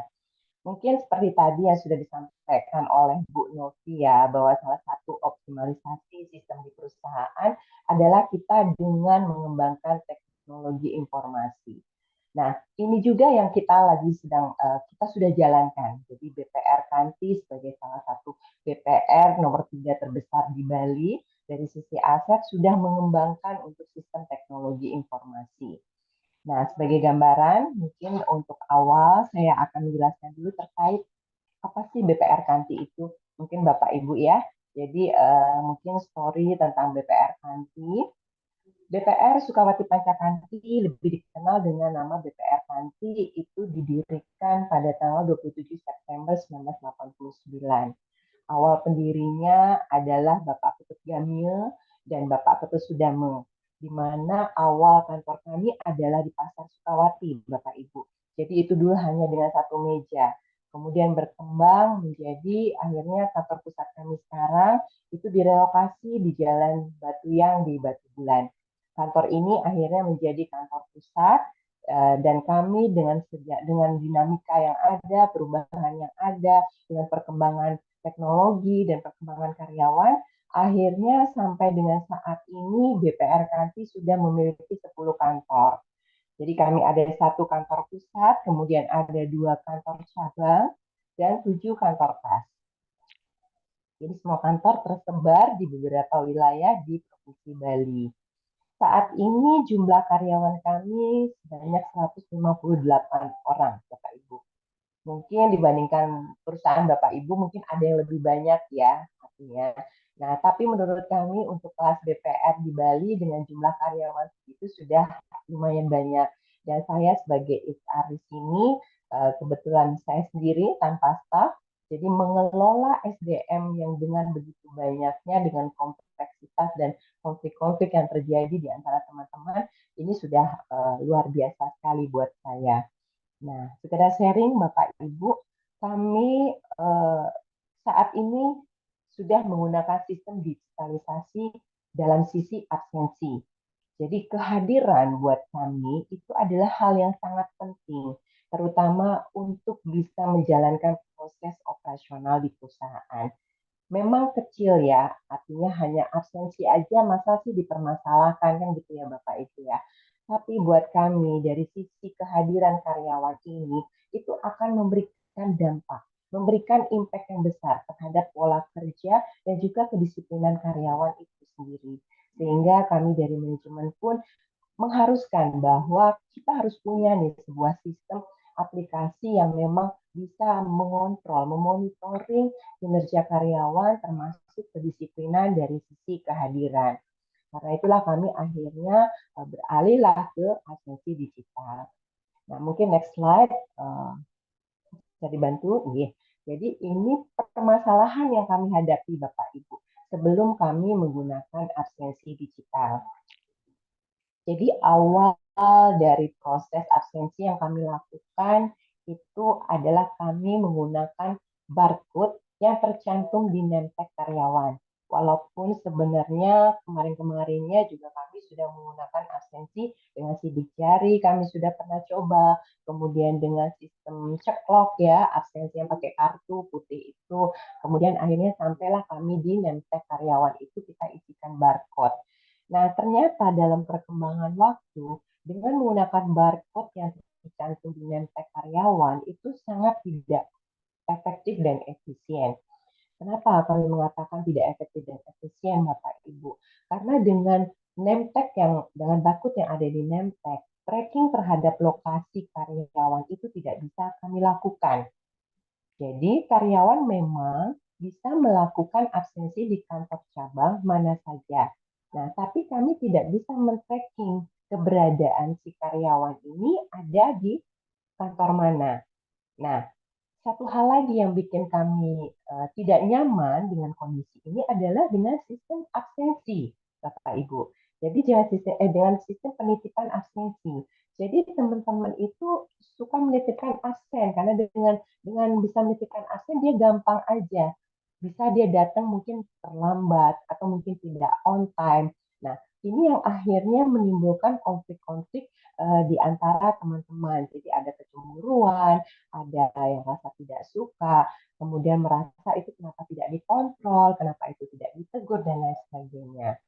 Nah, selain itu juga permasalahan yang kami hadapi dari sisi pelaporan juga, Bapak Ibu. Jadi dari sisi pelaporan, itu sistem absensi kami itu tidak bisa menampilkan laporan secara keseluruhan untuk karyawan. Dengan jumlah karyawan yang masih sedikit, kami mungkin masih gampang ya untuk melakukan penginputan absensi itu satu-satu, kemudian membuat rekap. Nah, ini akan memakan waktu yang lama. Ketika jumlah karyawan kami semakin lama dengan perkembangan waktu, dengan perjalanan waktunya, akhirnya kami tidak bisa menerapkan bahwa ini sistem akan kami terus pakai. Karena karyawan kami terus berkembang dan saat ini sudah mencapai jumlah sekitar 158 orang. Ya, jadi itu permasalahan yang kami hadapi sebelum menggunakan absensi digital. Next slide. Nah, ini ya Bapak Ibu, jadi ada isu-isu yang akhirnya berpengaruh terhadap hubungan antar karyawan dengan adanya permasalahan yang tadi, seperti hubungan yang tidak baik dengan karyawan, akhirnya menciptakan suasana kerja yang mungkin tidak nyaman jadinya. Nah, akhirnya berdampak kepada produktivitas karyawan, berdampak pula dengan integritasnya, dengan loyalitasnya, yang mulai akhirnya malas-malasan kerja. Kenapa sih kok dia boleh tuh nitip absen, kemudian saya enggak, atau mungkin yang terlambat, mungkin tidak dilakukan teguran. Karena apa? SDM sendiri akhirnya kurang bisa melakukan monitoring karena dengan sistem absen yang dengan sistem barcode tersebut. Nah, kemudian isu yang berkembang lagi, itu karyawan itu merasa digampangkan jadinya. Nah, dengan dia merasa bahwa bisa menitip absen, sudah deh dengan gampangnya saya titipkan aja kepada rekan kerja saya. Nah, hal-hal yang seperti ini pada akhirnya tidak menimbulkan rasa disiplin kepada karyawan itu sendiri. Nah, akhirnya terbentuklah pola budaya kerja yang akhirnya tidak disiplin pada karyawan ini. Nah, setelah itu dengan adanya kondisi-kondisi yang akhirnya kami nilai kondisi-kondisi ini tidak mendukung untuk budaya organisasi yang positif arahnya, akhirnya kami mencoba beralih dengan penerapan penerapan sistem absensi digital.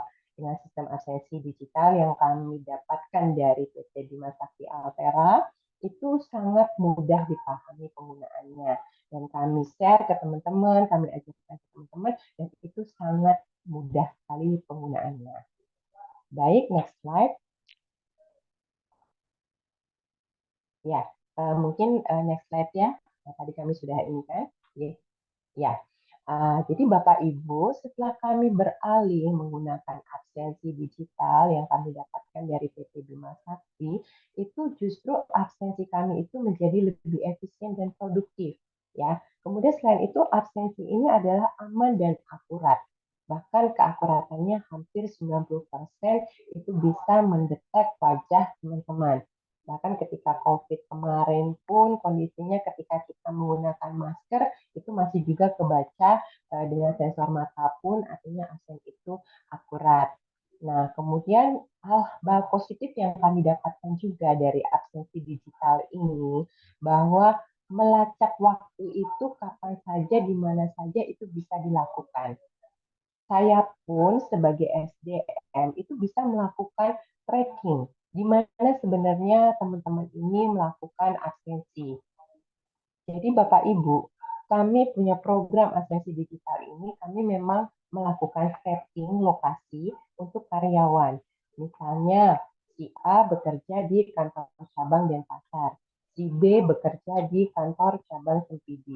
Nah, kami sudah set lokasi bahwa si A ini ada di kantor Denpasar, si B ada di kantor cabang Sempidi. Ketika si A melakukan absensi di kantor cabang Sempidi, itu akan ketahuan bahwa dia tidak melakukan absen di kantor yang seharusnya.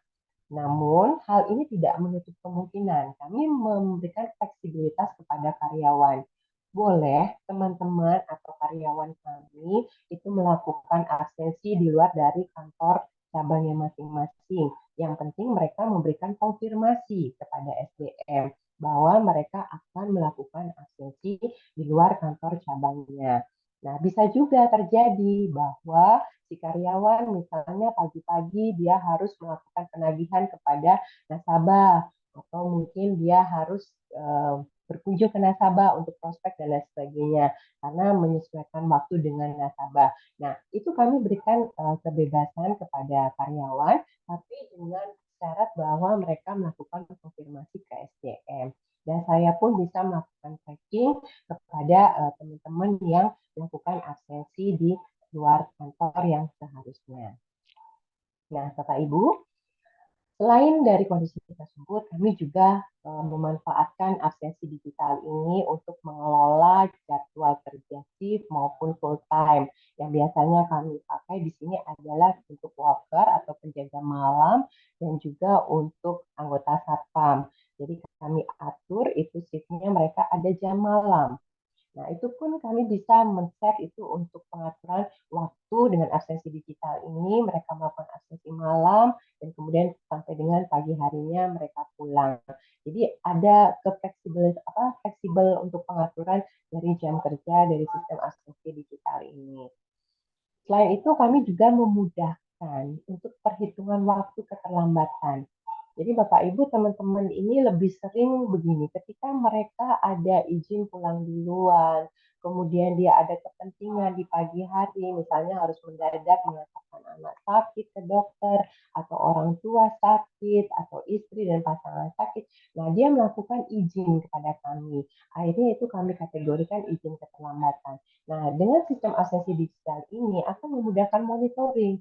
Jadi teman-teman karyawan sudah otomatis mereka paham, mereka konfirmasi kepada SDM dan mereka langsung bisa melakukan pengikutan sendiri di absensi digital tersebut. Nah, kemudian saya di SDM dengan sistem kami sudah bisa mengontrol dan kami bisa melakukan approve setelah ada konfirmasi dari karyawan yang bersangkutan. Nah, atau misalnya karyawan ingin pulang duluan, misalnya kebanyakan kalau di Bali ya Bapak Ibu, seringkali ada upacara-upacara adat yang memang membutuhkan waktu mungkin harus pulang jam 3, pulang jam 2, jadi pulang tidak di jam kerja yang seharusnya. Nah, ini memberikan fleksibilitasan kepada teman-teman untuk melakukan pengelolaan waktu. Jadi teman-teman bisa pulang dulu, kemudian mereka langsung melakukan absensi dan memberikan konfirmasi kepada SDM. Nah, terkait dengan pelaporan, kami juga sangat dimudahkan Bapak Ibu dengan absensi digital ini. Jadi pelaporan itu bisa diakses baik pun di aplikasi mobile maupun web itu secara real time. Laporan ini sangat kami butuhkan untuk setiap bulannya kami report kepada manajemen dan juga untuk kepada pihak-pihak terkait. Misalnya OJK ketika sedang melakukan pemeriksaan kepada kami atau kepada Pak AP, itu real time mereka tiba-tiba mendadak datang kemudian meminta laporan. Saya minta laporan nih, misalnya terkait dengan keterlambatan, misalnya dengan periode waktu dalam 1 minggu ke belakang atau 2 minggu ke belakang. Nah, seperti itu. Jadi kami bisa langsung melakukan cetak laporan itu karena bisa langsung di-download dan langsung diekspor dalam bentuk Excel. Bahkan OJK pun tahun lalu kami diperiksa mereka ingin melakukan tracking kepada teman-teman apakah benar si A yang berkantor cabang di cabang Sempidi misalnya atau di cabang Denpasar benar melakukan absensi di kantor cabang masing-masing. Nah, jadi ini dengan sistem aplikasi absensi digital ini benar-benar memudahkan saya selaku SDM di sini untuk memang membuat laporan itu begitu mudahnya dan sangat real time sekali. Nah, seperti tadi saya sampaikan bahwa kami setiap bulan itu mengadakan rapat umum ya Bapak Ibu. Dan itu dihadiri oleh seluruh karyawan. Nah, dalam rapat umum pun akhirnya saya juga mengembangkan sistem bahwa dengan isu keterlambatan, kan langsung tuh di tracking dari absensi digital. Siapa teman-teman yang suka terlambat dari ketentuan, itu akan kita umumkan dalam rapat umum itu. Jadi memberikan efek jera kepada teman-teman yang sering terlambat. Dan kami memberikan toleransi keterlambatan dalam setiap bulan itu hanya 5 kali Bapak Ibu. Dan itu di jam 7.50 ke atas.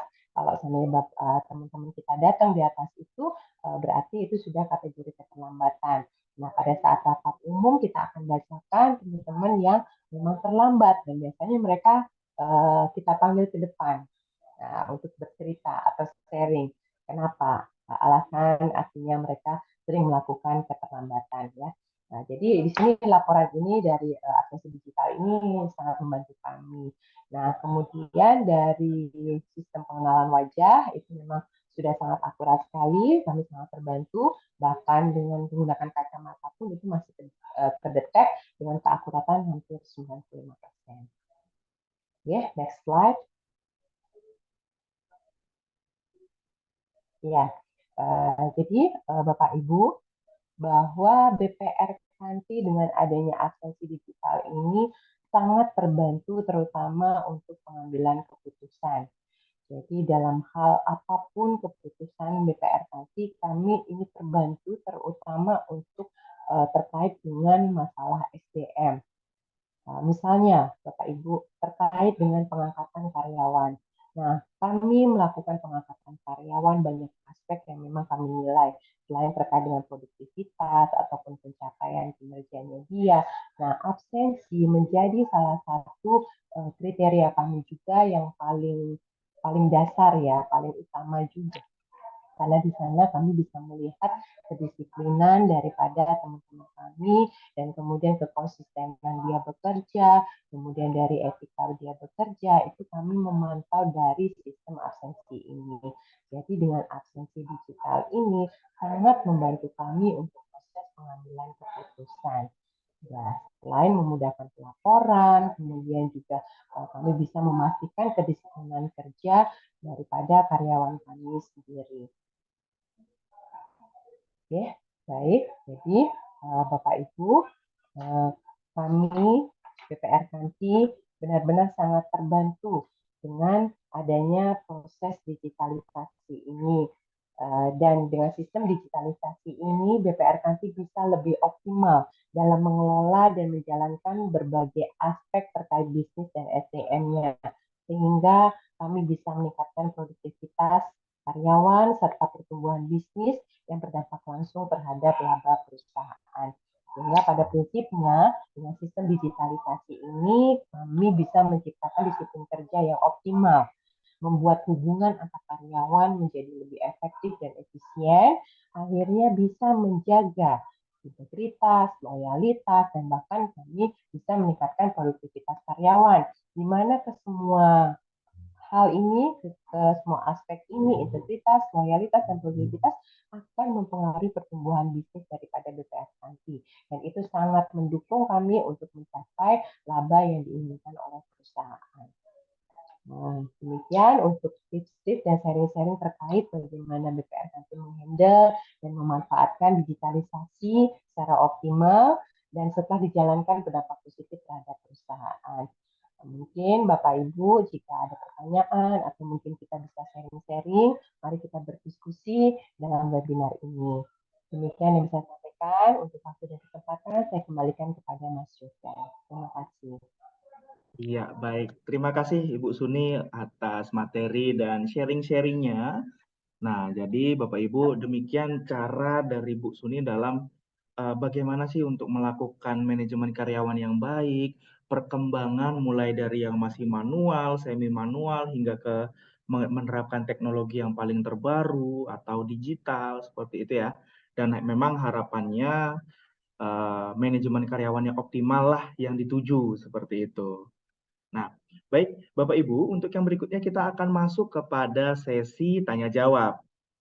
Nah, untuk sesi tanya jawab ini kita mulai dari sesi yang raise hand ya Bapak Ibu ya. Jadi Bapak Ibu bisa raise hand sekarang dan menyampaikan pertanyaannya. Baik, silakan Bapak Ibu kalau ada yang ingin bertanya.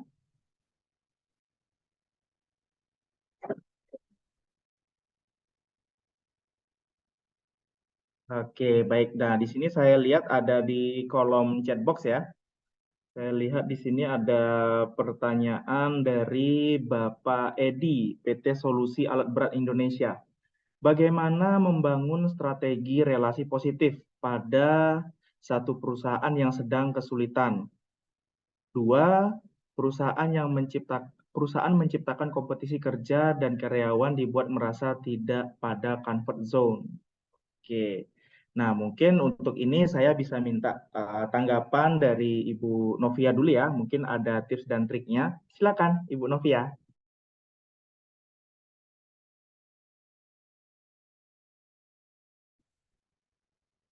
Baik, terima kasih untuk pertanyaannya dari Bapak Edi ya. Jadi ini pertanyaannya sangat aplikatif sekali ya. Jadi bagaimana sih membangun strategi relasi positif, terutama pada perusahaan yang sedang kesulitan. Jadi kita tidak bisa memungkiri bahwa flow atau arus di perusahaan kita itu bisa naik turun. Kadang kita ada di titik di atas, kadang juga kita ada di titik bawah atau kesulitan. Nah, tentu saja ketika kita sedang berada dalam kesulitan, yang pertama perlu untuk kita perhatikan adalah kesulitan apa sih yang saat ini sedang kita alami gitu. Dari aspek mana ya? Apakah dari aspek keuangan, apakah dari aspek internal perusahaan, atau dari aspek eksternal perusahaan. Nah, kita perlu identifikasi dulu.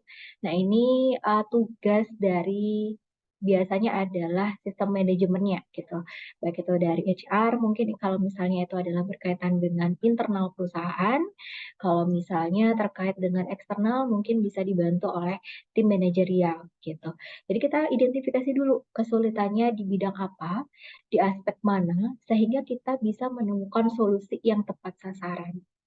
Nah, karena sebab akibat itu perlu kita identifikasi. Jadi bisa mendapatkan solusi yang tepat sasaran. Sehingga kesulitan tersebut bisa terdetek penyebabnya dan solusinya bisa sesuai dengan penyebab dari kesulitan itu sendiri. Nah, relasi ini tetap bisa terjalin apabila satu sama lain dari individual karyawan yang bersangkutan itu mengindahkan hal-hal yang penting untuk dibangun dalam menciptakan relasi kerja yang positif. Nah, ketika perusahaan tersebut mengalami kesulitan, tentu saja akan berdampak terhadap internal dari masing-masing karyawannya. Entah itu mulai ngerasa kebingungan, entah itu ada penurunan motivasi, kelelahan mungkin karena ada banyak target atau tugas yang dituntut atau yang diharapkan bisa diselesaikan.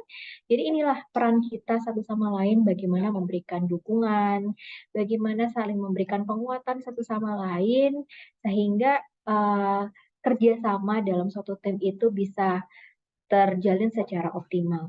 Nah, tapi sebelum kita bisa memberikan hal itu terhadap orang lain, tentu saja kita harus punya dulu yaitu semangat kerja, kemudian juga suasana hati yang positif. Nah, itu kenapa tadi di poin sebelumnya ada istilah work-life balance gitu. Jadi ketika kita mengalami kelelahan kerja, istirahat sebentar itu nggak apa-apa, misalnya mau ambil cuti, kemudian itu juga bisa untuk refreshment mungkin sama-sama diadakan di kantor, itu juga bisa. Nah, jadi kita sebisa mungkin mencoba untuk menciptakan kenyamanan secara internal dulu. Ya,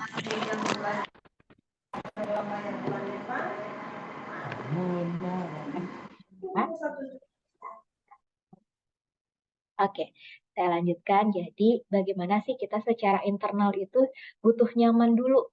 Jadi, baru akhirnya kita bisa membuat kenyamanan tersebut di orang-orang di sekitar kita. Nah, kurang lebih itu untuk poin yang pertama. Kemudian di poin yang kedua, ada nih beberapa perusahaan yang ternyata menciptakan kompetisi kerja dan karyawan tersebut dibuat merasa tidak pada comfort zone. Jadi memang kita tidak bisa memungkiri ada beberapa budaya atau gaya di suatu perusahaan yang beda-beda. Salah satunya mungkin menerapkan kompetisi kerja sehingga karyawan tersebut diharapkan untuk bersaing, mungkin untuk mencapai target.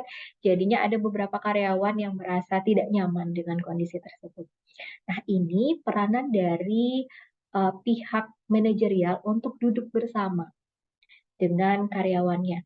Bagaimana sih kondisi di lapangan tersebut? Apakah aturan ataupun budaya organisasi yang diterapkan dalam suatu perusahaan tersebut itu berdampak positif bagi karyawan atau malah justru berdampak negatif sehingga mempengaruhi performa dan juga kinerjanya.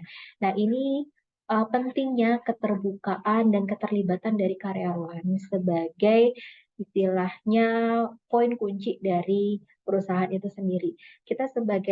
Misalnya kita sebagai seorang atasan atau memegang posisi penting dalam suatu perusahaan, tidak ada salahnya loh kita mendengarkan aspirasi, keluh kesah ataupun ide daripada karyawannya. Apabila itu yang terbaik untuk karyawan karena karyawan itu sendiri juga perlu didengarkan aspirasinya. Itu juga akan mempengaruhi penerapan kebijakan ataupun aturan di suatu perusahaan. Nah, sejauh mana sih kompetisi tersebut itu diberlakukan? Jangan sampai kompetisi tersebut menjadikan daya saing yang tidak sehat. Jadi saling menjatuhkan, kemudian juga saling merendahkan satu sama lain. Itu kan jadinya tidak sehat ya dalam suatu budaya organisasi. Nah, itu peranan dari pihak-pihak manajerial untuk mengevaluasi kebijakan ataupun budaya yang telah berlaku di perusahaan. Jangan sampai budaya tersebut menyebabkan kondisi kerja yang tidak sehat sehingga mempengaruhi kesehatan psikologis atau bahkan produktivitas dalam bekerja gitu. Jadi yang terpenting adalah bagaimana bisa saling bekerja sama, saling mendengarkan aspirasi sehingga bisa untuk evaluasi dan juga monitoring ke depannya. Apabila ternyata ada aturan-aturan yang berdampak negatif, itu bisa segera untuk diantisipasi sehingga tidak menimbulkan dampak buruk di kemudian hari. Itu mungkin dari saya. Saya kembalikan lagi ke Pak Jordan. Terima kasih.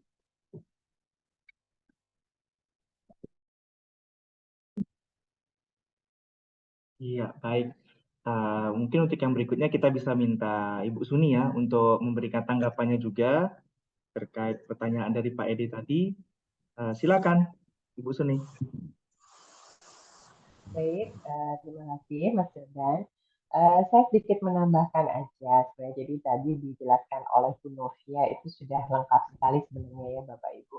Jadi memang untuk pertanyaan yang pertama untuk perusahaan yang sedang kesulitan, betul seperti yang disampaikan oleh Bu Novia, kita harus mengidentifikasi dulu. Sama kami pun pernah mengalami hal seperti seperti itu ketika zaman COVID ya, Bapak Ibu. Pasti di mana-mana perusahaan pernah mengalami satu kesulitan pada zaman masih corona kita dulu. Nah, kesulitan ini memang harus kita identifikasi, entah apakah itu dari sisi keuangannya, kemudian dari internal, ataupun dari eksternal perusahaan. Nah, masing-masing setelah kita mengidentifikasi semua kesulitan itu, misalnya dari keuangan, ataupun dari aspek internal dan eksternal, barulah kemudian kita harus duduk bareng, kita harus diskusi dulu dengan tim manajemen, kemudian apa yang langkah-langkah yang bisa dilakukan. Nah, mungkin juga masukan dari teman-teman dari level bawah itu harus tetap itu didengarkan oleh pihak manajemen. Nah, kemudian setelah mendapatkan masukan, mungkin langkah-langkah manajemen selanjutnya adalah mencari solusi. Solusi apa yang terbaik, di mana solusi itu jangan menguntungkan satu pihak saja. Jadi misalnya terkait dengan kesulitan keuangan. Pasti kalau keuangan dalam sebuah perusahaan itu pasti terkait dengan gaji karyawan. Nah, hal ini pun kita harus diskusikan dengan teman-teman di level bawah. Kami pada saat corona pernah mengalami saat-saat bahwa gaji kami hanya dibayarkan 50%. Nah, tapi karena perusahaan memang kondisi sedang tidak mampu dan itu didiskusikan dari awal, kami pun menerima artinya kondisi tersebut. Nah, dengan konsekuensi apa Bapak Ibu? Nah, kami mungkin masuk itu di jam kerja yang mengurangi jam kerjanya. Mungkin kami tidak bekerja full time secara 8 jam. Mungkin dikurangi lagi 2 jam. Sehingga kami bekerja dalam satu hari hanya 6 jam. Nah, PHK pun kami lakukan. Itu pun dengan kondisi bahwa kami memang sudah tidak sanggup lagi untuk membayar beberapa karyawan kontrak kami. Jadi itu misalnya contoh dalam hal ketika mengalami kesulitan. Dan intinya dari semua ini adalah komunikasi juga. Kembali lagi kepada kita adalah komunikasi, diskusi, duduk bareng dengan semua tim. Pada intinya semua bisa dibicarakan. Yang penting pada prinsipnya manajemen sudah melakukan kajian yang secara detail apa saja dan kemudian melakukan identifikasi permasalahan itu seperti apa dan mencari solusi dari setiap permasalahan yang ada. Nah, kemudian untuk yang terkait pertanyaan yang kedua, menciptakan kompetisi kerja dan karyawan dibuat merasa tidak comfort zone, kalau dalam pandangan kami yang pernah kami lakukan, kompetisi kerja terhadap karyawan memang harus kami ciptakan. Bahkan konflik pun, tapi konflik kecil ya Bapak Ibu, itu harus kami ciptakan. Tujuannya apa? Untuk memberikan motivasi kepada karyawan kami, untuk memecut mereka, untuk lebih bisa bersaing mencapai kinerja yang lebih baik lagi. Karena terkadang kondisi-kondisi di zona nyaman untuk teman-teman, itu menyebabkan teman-teman menjadi posisi yang enak. Jadi dia hanya nyaman-nyaman aja, tidak ada kompetisi. Akhirnya kita harus ciptakan itu. Jadi dari manajemen itu harus menciptakan kompetisi itu untuk apa? Memotivasi Bapak Ibu, motivasi teman-teman untuk bisa lebih bekerja, lebih rajin lagi, lebih bisa memikirkan target, lebih peduli, lebih mau untuk bekerja sama dengan tim-tim yang lainnya. Nah, di sini peran seorang pemimpin atau seorang leader itu memang harus kita libatkan. Jadi teman-teman di level bawah itu tidak bisa juga bergerak sendiri tanpa peran aktif dari seorang leader. Disinilah perlunya pentingnya seorang leader yang bisa memanage anak buahnya ke bawah untuk bisa memberikan motivasi, untuk bisa menciptakan sebuah tim yang kondusif, untuk bisa saling bekerja sama. Nah, demikian sih yang bisa saya tambahkan Mbak Novia dan Bapak Ibu. Terima kasih. Iya, baik. Terima kasih Ibu Suni untuk tambahannya. Nah, untuk yang berikutnya ini ada pertanyaan dari Raimundus S. Ini pertanyaannya, dalam sebuah instansi atau perusahaan sering ditemukan relasi yang tidak menyenangkan antara sesama karyawan dan manajemennya. Hal itu bisa terlihat di media sosial seperti Facebook, Instagram, maupun WA Story dari pegawai, di mana karyawan saling menyinggung satu sama lain melalui media sosial. Tentu hal seperti ini juga akan berdampak pada kinerja karyawannya. Nah, pertanyaannya bagaimana manajemen mengatasi hal-hal seperti ini? Nah, mungkin untuk pertanyaan ini saya bisa minta Ibu Suni ya untuk sharing nih bagaimana pengalamannya Ibu Suni. Silakan Ibu Suni.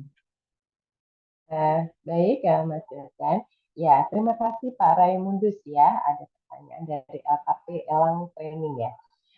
Jadi Pak Raimundus, kami di BPR Kanti pun untuk KPI kami itu concern kepada media sosial.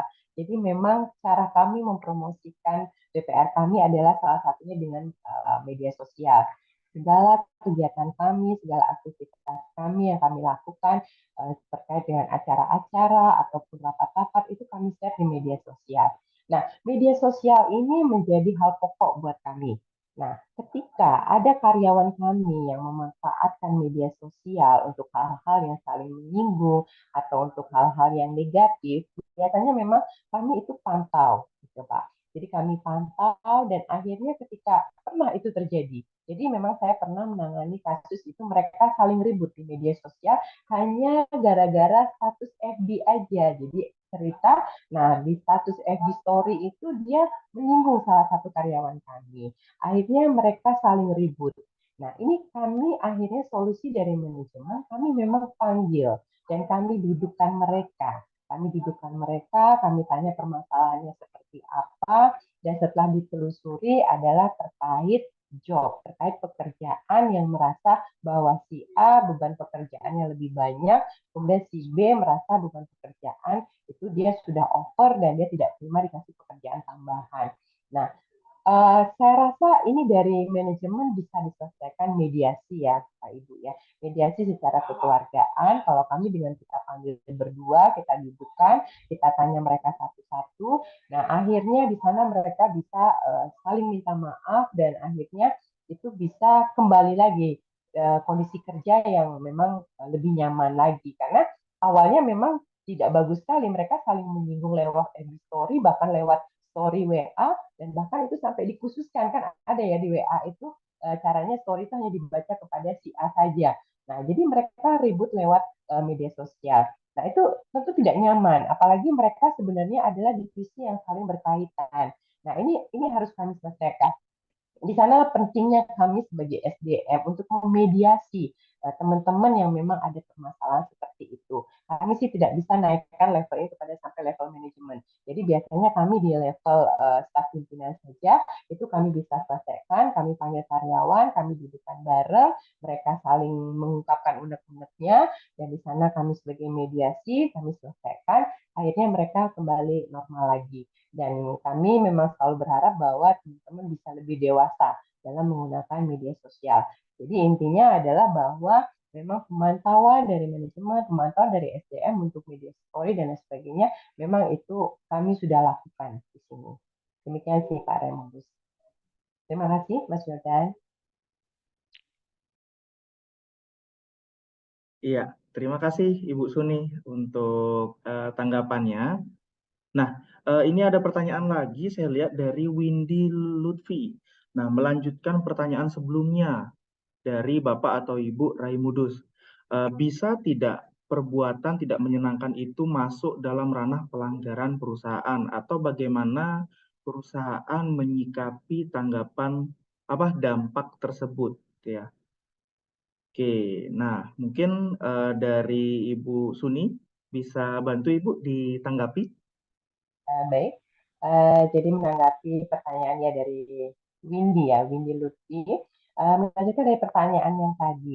Kalau di kami juga punya peraturan perusahaan dan kami memang tidak mencantumkan dalam peraturan perusahaan. Tapi memang bahasa kami yang tercantum di peraturan perusahaan adalah perbuatan yang tidak menyenangkan ya, perbuatan yang tidak menyenangkan. Kalau memang kategorinya itu masih dalam ranah kami bisa mediasi, kemudian kami bisa memberikan pengertian kepada karyawan kami dan karyawan tersebut tidak melakukan perbuatan itu lagi. Nah, kami itu tidak langsung kenakan sanksi. Jadi memang kami berusaha menyelesaikan masalah itu secara mediasi terlebih dahulu. Jadi tidak langsung kami serta-merta memberikan sanksi terhadap pelanggaran atau perbuatan yang tidak menyenangkan dari karyawan kami. Demikian sih Mbak Lili. Iya, baik. Terima kasih Ibu Suni. Mungkin dari Ibu Novia ada yang ingin ditambahkan?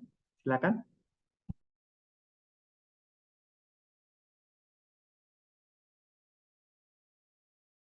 Baik, terima kasih Bapak Jordan. Untuk dari saya sebenarnya tadi sudah cukup komprehensif jawaban dari Ibu Suni dan saya juga sepakat dengan apa yang tadi Ibu Suni sudah terapkan di perusahaannya. Nah, terkait dengan kebebasan berpendapat itu adalah hak dari setiap orang. Tapi kita sama-sama perlu menyadari bahwa apa yang kita ucapkan atau apa yang kita sampaikan itu bisa saja menyinggung atau menyakiti satu sama lain. Sehingga itu kenapa kita perlu lebih bijak dalam bersikap, bertutur bahasa, ataupun juga bermedia sosial saat ini. Jadi jangan sampai apa yang kita sampaikan ataupun apa yang kita lakukan di media sosial itu menjadi bumerang untuk kita di kemudian hari. Nah, selain itu untuk strateginya saya juga sepakat dengan Bu Suni, ada baiknya pihak manajerial misalnya spesifiknya adalah pihak SDM atau HR mungkin bisa melakukan pendekatan terlebih dahulu kepada yang bersangkutan. Siapa-siapa saja mungkin karyawan yang berperilaku kurang mengenakan atau kurang menyenangkan tersebut, kita collecting buktinya dulu, collecting data dulu, kita kumpulkan data-datanya secara objektif, kemudian kita bisa lakukan pendekatan secara personal.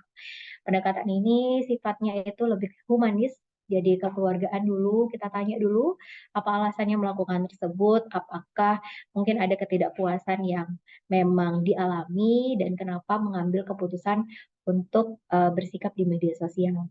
Nah, kita perlu pahami dulu dari sudut pandang yang bersangkutan, alasan dan juga penyebab dari dia melakukan perilaku seperti itu. Baru kemudian kita coba ajak dia untuk berdiskusi. Kira-kira kalau misalnya ini di posisi kamu atau di posisi Anda seperti apa responnya atau bagaimana perasaan Anda? Jadi kita coba untuk menumbuhkan empati dari dalam dirinya dia supaya dia coba untuk menjadi orang lain dari yang mungkin dia sindir seperti itu. Jadi supaya dia paham sebab akibat dari perilakunya. Baru kemudian kita coba untuk lakukan mediasi, saya juga sepakat dengan Bu Suni ketika memang ada konflik antar karyawan, kita perlu untuk lakukan mediasi sehingga kita bisa menjadi pihak tengah, kekeluargaan itu juga perlu terjalin sehingga bisa mendapatkan solusi satu sama lain. Nah, mungkin kurang lebih tanggapan dari saya itu saja. Terima kasih, saya kembalikan lagi ke Pak Jordan. Ya, selesai.